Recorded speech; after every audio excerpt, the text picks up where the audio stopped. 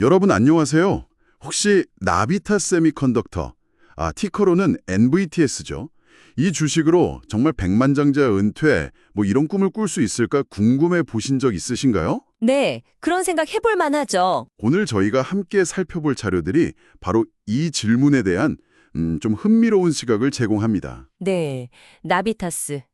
이 회사는 차세대 전력 반도체, 그러니까 질화갈륨, GaN이라고 하죠.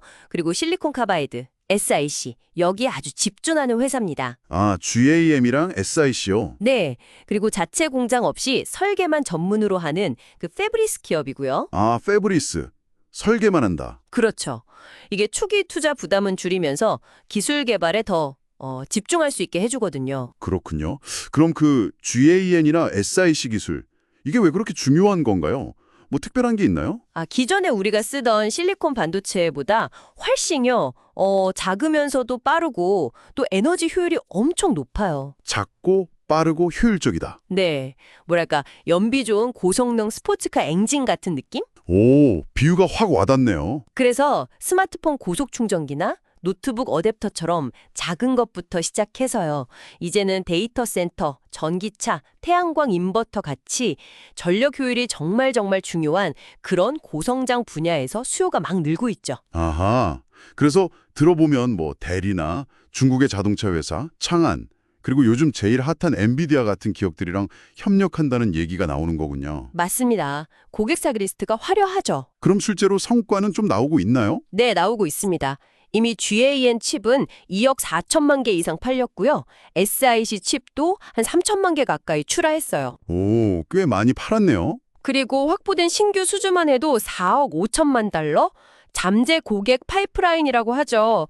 이게 무려 24억 달러 규모라고 하니까 기대감이 클 수밖에 없죠. 24억 달러요? 와, 잠재력이 엄청나네요. 물론 2024년 전체 매출 성장률은 한 5% 정도로 약간 주춤하긴 했어요. 네. 근데 핵심인 그 겐 분야는 50% 넘게 성장하면서 저력을 보여줬죠. 재미적으로도 괜찮다고 들었는데 맞나요?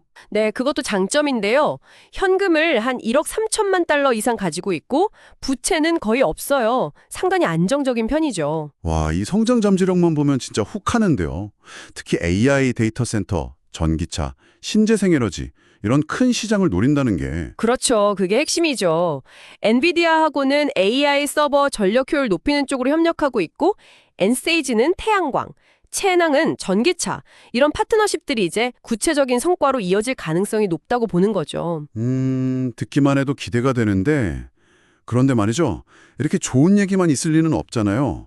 분명히 조심해야 할 부분, 위험 요인 같은 것도 있겠죠. 자료에는 뭐라고 나와 있나요? 당연히 있습니다. 가장 큰 부분은 역시 아직 돈을 못 벌고 있다는 거죠. 적자 상태예요. 아직 적자군요. 네.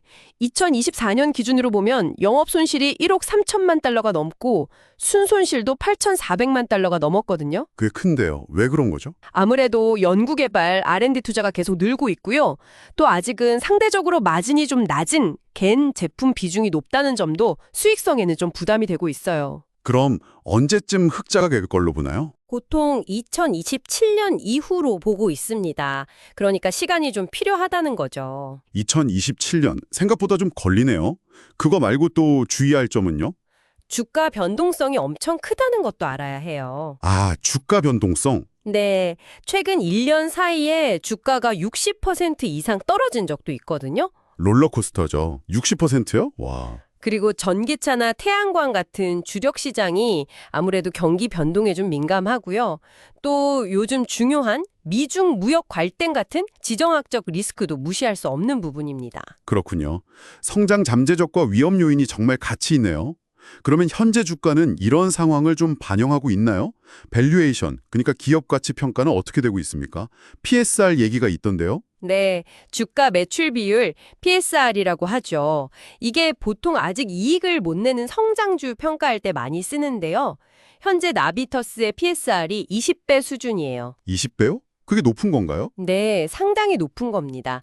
주가가 연간 매출액의 20배 가격에 거래된다는 뜻이니까요.